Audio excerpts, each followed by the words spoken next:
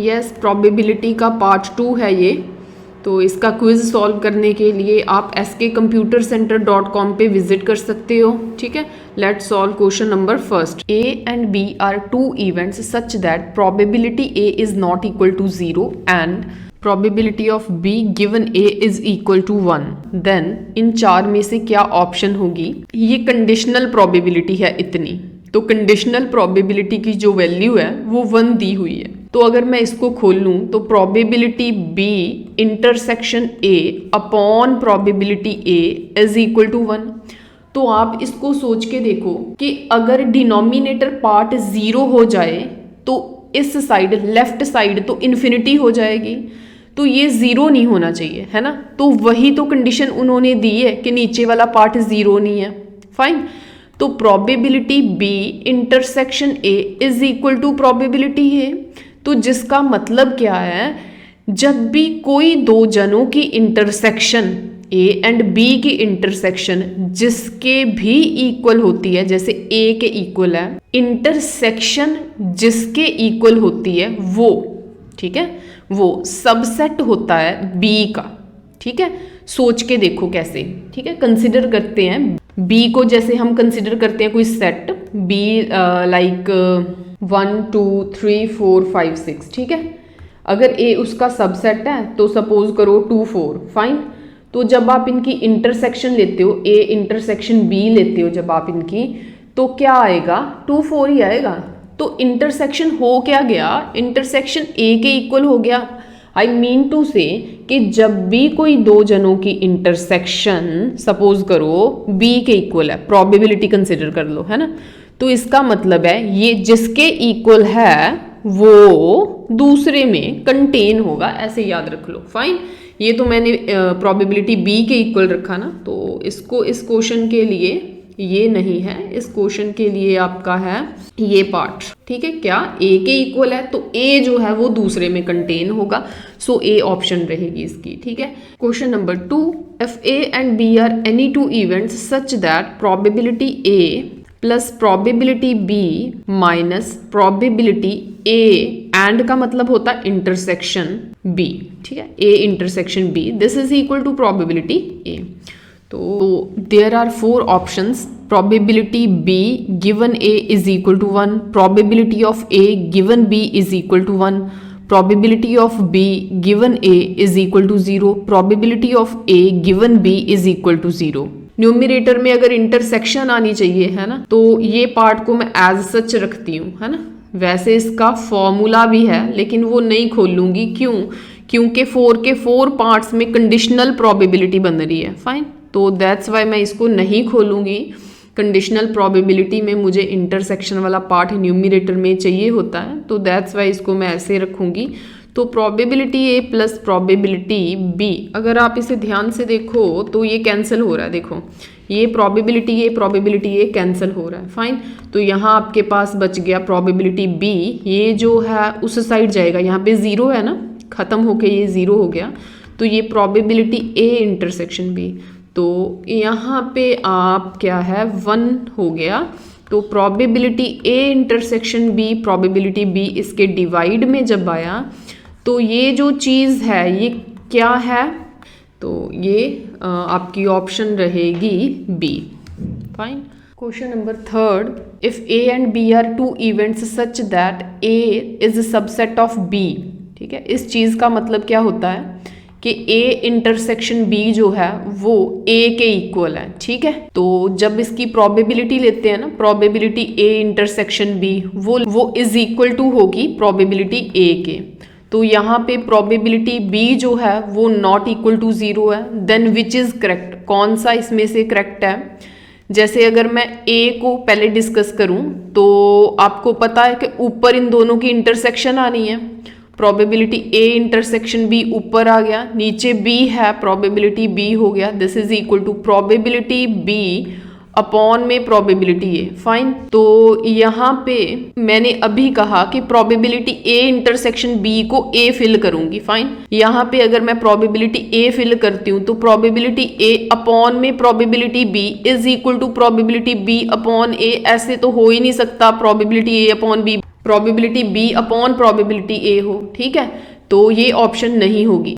तो ऐसे हम सेकंड ऑप्शन को चेक करते हैं, जैसे probability A intersection B upon probability B less than डाला यहाँ पे प्रोबेबिलिटी ए। देखते हैं इस ऑप्शन को, ठीक है, इसकी जगह पे प्रोबेबिलिटी ए फिल कर दें, तो प्रोबेबिलिटी ए यहाँ पे फिल कर दिया, यहाँ पे probability B less than probability A, यहाँ पे 1 अपॉन में probability B is less than 1, ये प्रोबेबिलिटी बी उस साइड जाएगा, 1 is less than probability B, ठीक है, क्योंकि ये प्रोबेबिलिटी बी जब उस साइड जाएगा तो क्या ऐसे कभी होता है कि किसी की भी प्रोबेबिलिटी बड़ी हो 1 से, मतलब 1 पॉइंट समथिंग कभी किसी की कोई प्रोबेबिलिटी आए, ऐसे होता नहीं है।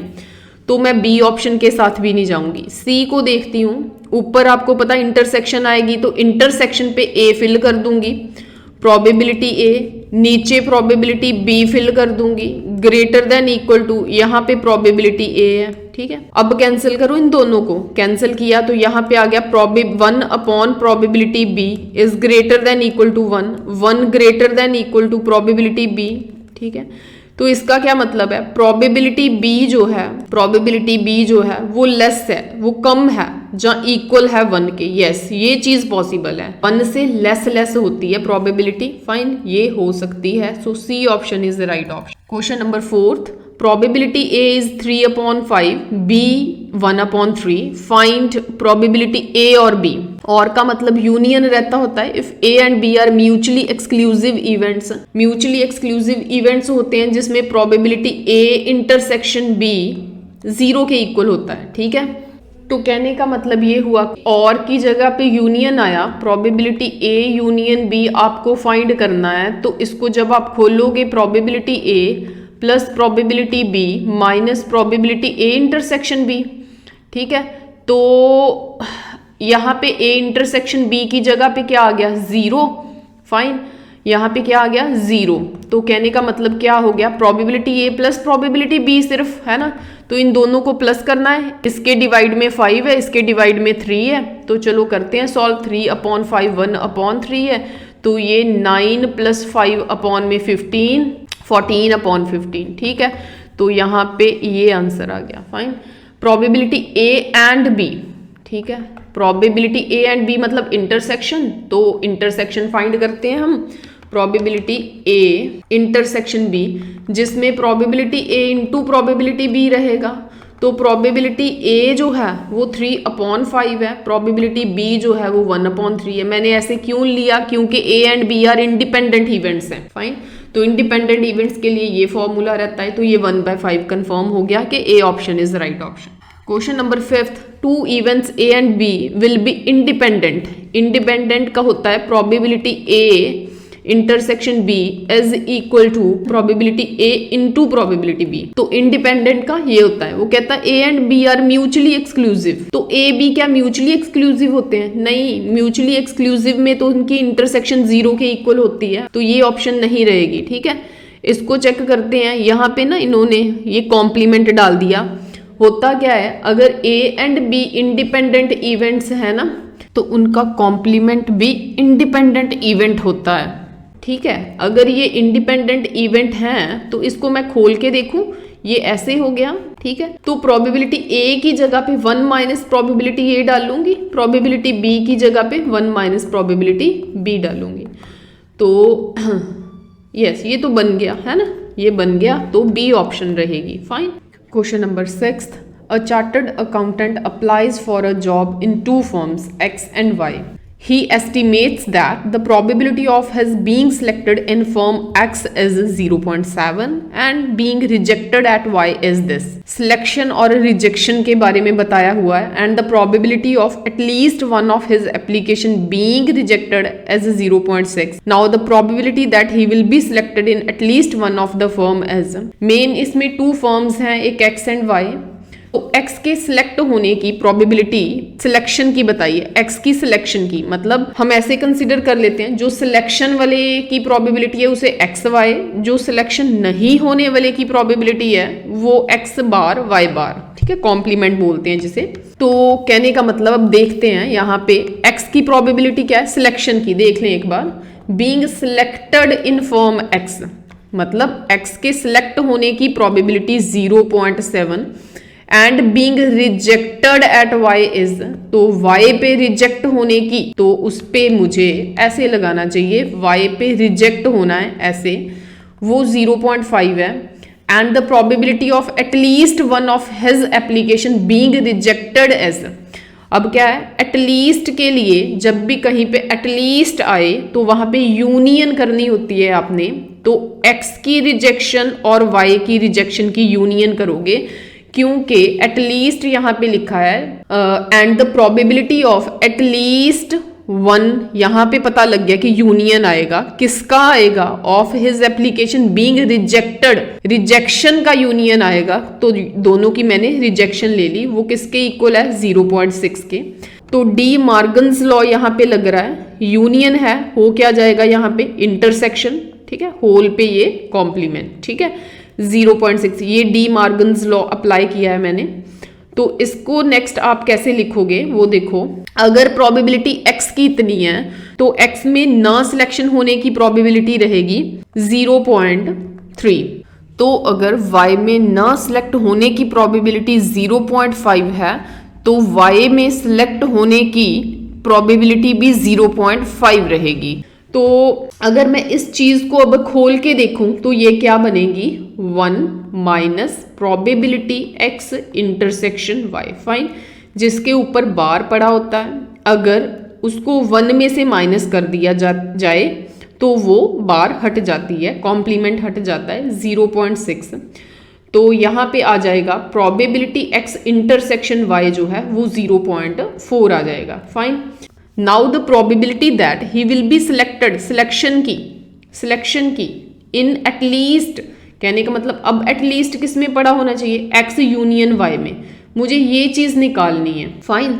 तो मैं ऐसे करती हूँ, इसका फॉर्मूला खोल देती हूँ यहाँ पे, वो कैसे, probability x, fine, plus probability y, yes, तो माइनस डालूंगी प्रोबेबिलिटी x यूनियन y, है ना, तो ये किसके इक्वल है, 0.4 के। तो probability x plus probability y क्या है, प्रोबेबिलिटी x ये है, प्रोबेबिलिटी y ये है, इन दोनों को ऐड करो 1.2, ठीक है, इन दोनों को ऐड किया 1.2 minus probability x union y is equal to यहाँ पे 0.4, ये उस साइड गया तो probability x union y is equal to, ये इस साइड जब आएगा तो 0.8, लो ये तो बात बन गई, कहने का मतलब आपको निकालना था प्रोबेबिलिटी x यूनियन y, यही निकालना था। ये है क्या, एक्चुअली में ये यूनियन है, मतलब ये एटलीस्ट है, किसका, x एंड y सिलेक्शन थे, उनकी सिलेक्शन का यही निकालना था। Now the probability that he will be selected in at least one of the firm is this, ठीक है। Question number 7th, probabilities of solving a specific problem independently by a and b are 1/2 and 1/3। जो a की probability है किसी problem को solve करने की वो 1/2 एंड b की 1/3। If both try to solve problem independently, दोनों प्रॉब्लम को इंडिपेंडेंटली सॉल्व करते हैं, find the probability that the problem is solve, problem solve हो जानी चाहिए, तो उसके लिए probability A union B find करते हैं, ठीक है, चाहे एक करें, चाहे दो करें, चाहे दोनों करें, वही कंडीशन बनती है, at least one of them solve, मतलब एक भी कर सकता है, एक से ज़्यादा भी कर सकता है, वही मीनिंग होता है कि द प्रॉब्लम इज सॉल्व्ड, ठीक है। तो इसको मैं, इसका फॉर्मूला लगेगा, ठीक है, क्या फॉर्मूला होगा इसका, probability A plus probability B minus probability A intersection B। तो A इंटरसेक्शन B की वैल्यू जैसे दी नहीं हुई लेकिन उन्होंने इंडिपेंडेंटली कहा है, तो मैं क्या करूँगी, A की जगह पे 1/2, B की प्रोबेबिलिटी 1/3, इसकी वैल्यू नहीं दी हुई तो probability A into probability B, तो उसके लिए A के लिए मैं 1/2, इसके लिए 1/3, 1/2 प्लस 1/3 माइनस 1/6, तो अगर आप इसे सॉल्व करते हो तो ये रहेगा आपका 4/6 मतलब 2/3, ठीक है। इन ऑप्शंस में से मुझे A लग रहा है, सेकंड देखते हैं हम। उन्होंने कहा एग्जैक्ट, इसको एक मेथड और के साथ भी सॉल्व किया जा सकता है, पता प्रोबेबिलिटी A यूनियन B है ना, तो अगर मैं इसको ऐसे लूँ कि 1 minus probability A union B की बार, तो वो क्या होता है 1 माइनस प्रोबेबिलिटी ए के ऊपर बार इंटरसेक्शन बी के ऊपर बार। फाइन, ध्यान से समझ लो ये बात कि इस प्रॉब्लम को ऐसे भी सॉल्व कर सकते हो तो ऐसे भी कर सकते हो। ए यूनियन का मतलब होता है 1 minus probability A union B का कॉम्प्लीमेंट। तो उसको जब आप खोलोगे तो वो जो यूनियन है वो इंटरसेक्शन में कन्वर्ट होगी। तो ये ठीक है, ये जो कॉम्प्लीमेंट है वो ए पे भी आ गया बी पे भी। तो 1 minus probability A complement into probability B complement, this is equal to 1 minus जो प्रोबेबिलिटी ए का कॉम्प्लीमेंट है, ठीक है, आपको पता वो क्या रहेगा 1/2 रहेगा। ठीक है, बी का कॉम्प्लीमेंट 2/3 रहेगा। अभी निकाल के बताती हूँ इसका कॉम्प्लीमेंट क्या रहेगा। इसको 1 में से माइनस कर दिया जाता है तो वो 1/2। बी का कॉम्प्लीमेंट वो रहेगा 1 माइनस 1/3 तो वो 2/3। तो ये 2 के साथ 2 कैंसिल, 1 माइनस 1/3 तो ये 2/3। फाइन, देखा दोनों मेथड से आंसर आ गया आपका। नेक्स्ट वो कह रहे exactly one of them solve the problem, दोनों में से एक बच्चा सॉल्व करे। ठीक है, अगर ए करता है तो बी नहीं करे, अगर ए नहीं करता तो बी कर जाए। ठीक है, तो इसको अगर इंडिपेंडेंटली है, कंडीशन बताई ना अभी पहले, ए बी इंडिपेंडेंट है तो उनके कॉम्प्लीमेंट्स भी इंडिपेंडेंट होंगे। तो इट मीन्स ये दोनों इंडिपेंडेंट हैं। कहने का मतलब ऐसे आ जाएगा probability A complement into probability B हो जाएगा। ठीक है, वैल्यूज सब्स्टिट्यूट करो यहाँ पे। ए की जैसे रहेगी वैल्यू आपके पास, ए की वैल्यू 1/2, बी नॉट की वैल्यू ये निकाली 2/3, ए नॉट की वैल्यू 1/2, बी की वैल्यू बी की 1/3। ठीक है, तो नीचे देखो 6 बन रहा है, इसका भी 6 बन रहा है। तो जब आपने इन क्वेश्चंस को सॉल्व करना होता ना तो बेटर यही रहता है कि आप नीचे 6 रहने दो। कई स्टूडेंट्स इसको कैंसिल कर देते हैं, 1/3 बना लेते हैं, फिर नेक्स्ट 6 आता है, फिर उसका एलसीएम लेते हैं। बस एक बार देखो यहाँ पे 6 है, यहाँ पे 6 है, कैंसिल मत करो। ठीक है, तो 2/6 प्लस 1/6 तो ये 3/6, ऐसे थोड़ी कैलकुलेशन जो है वो ईजी हो जाती है। तो 1/2 रहेगा। ठीक है, तो क्वेश्चन नंबर 8 पे शिफ्ट होते हैं हम। In a hostel 60% of the students read Hindi newspaper. ठीक है, तो हिंदी न्यूज़पेपर जो है वो 60% है तो 60/100 रहेगा। 40% रीड इंग्लिश, तो इंग्लिश वाले जो हैं वो 40% है, 40/100। 20 read both, probability H intersection E. ठीक है, बोथ वाले वो 20% है। A student is selected at random, एक बच्चे को रैंडमली सिलेक्ट किया है।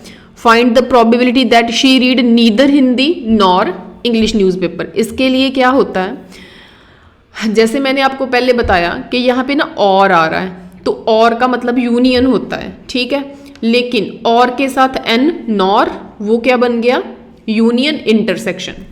इट मीन्स यहाँ पे तो इंटरसेक्शन है, ये बात होगी, है ना। नीदर हिंदी नॉर इंग्लिश, मतलब हिंदी भी नहीं, उस पर नहीं मतलब कॉम्प्लीमेंट, इंग्लिश भी नहीं।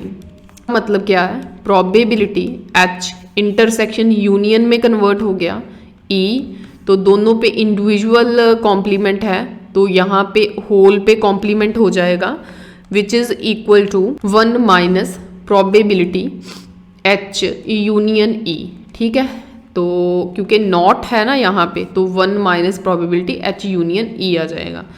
तो 1 माइनस इसका आप यहाँ पे फॉर्मूला लगाओगे, probability of H plus probability of E minus probability H intersection E bracket close.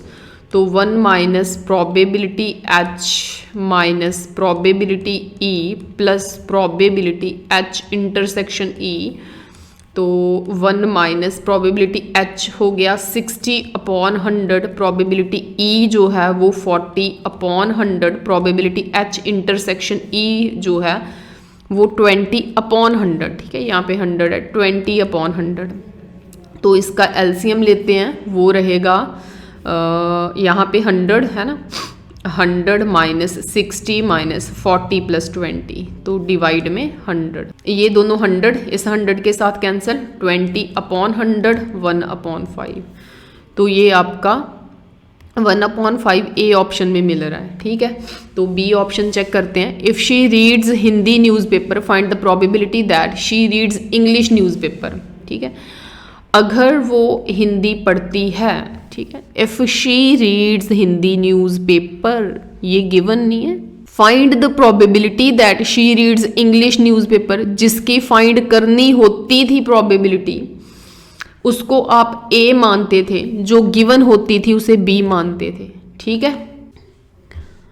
तो if she reads Hindi newspaper find the probability that she reads English newspaper, तो आपको जो फाइंड करना होता है वो आप ऊपर रखते हो, जो गिवन होता है वो नीचे रखते हो, ऊपर आप दोनों की इंटरसेक्शन रखते हो, नीचे प्रोबेबिलिटी बी रखोगे क्योंकि यहाँ पे बी नीचे है। यहाँ पे आपने ए इंटरसेक्शन बी फिल करनी है, ठीक है। ए हमने माना इंग्लिश को, बी माना हिंदी को, तो दोनों की इंटरसेक्शन 20% थी, मतलब 20/100।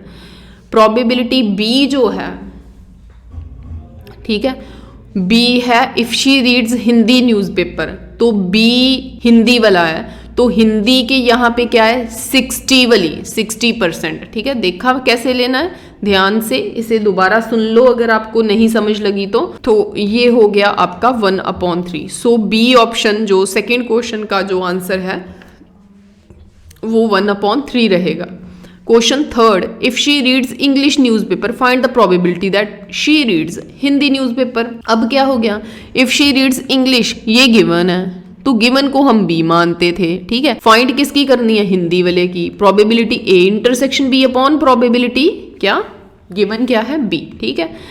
तो ये ना ऑरल करने वाले क्वेश्चंस हैं, ठीक है। आधी कैलकुलेशन तो माइंड में हो जाती है। इंटरसेक्शन वही फिर 20 उठाई, बार बार नहीं लिखूंगी 20/100, 20 लिख ली, है ना। बी ध्यान से देख लो किसको माना है, बी कौन है, बी इंग्लिश वाला है, तो इंग्लिश वाले की यहाँ पे वैल्यू क्या दी हुई है 40, तो यहाँ पे मैं 40 फिल कर दूंगी, तो ये क्या रह गया, ये 1/2 रह गया, ठीक है। तो ये आपका आंसर है। Question number 9th, there are 3 urns A B C, ये ए है, ये बी, ये C. Urn A contain 4 white balls, इसमें वाइट बॉल्स 4 हैं, 5 ब्लू बॉल्स 5 हैं। अर्न बी कंटेन 3 वाइट इसमें 3 हैं, 4 ब्लू 4 हैं। अर्न सी कंटेन 3 वाइट 3 हैं एंड 6 ब्लू जो है वो 6 हैं। 1 ball is drawn from each of these earns, इनमें से एक बॉल उठानी है। What is the probability that out of these 3 balls, ठीक है, इनमें से एक बॉल उठानी है, तो प्रोबेबिलिटी फाइंड करनी है, ठीक है। Out of these 3 balls 2 are white balls and 1 is blue ball. Probability हमें फाइंड करनी है 2 बॉल्स वाइट हो जाएं, तो 3 बॉल्स उठानी है। अगर 2 वाइट चाहिए तो पहली 2 वाइट, थर्ड वाली ब्लू।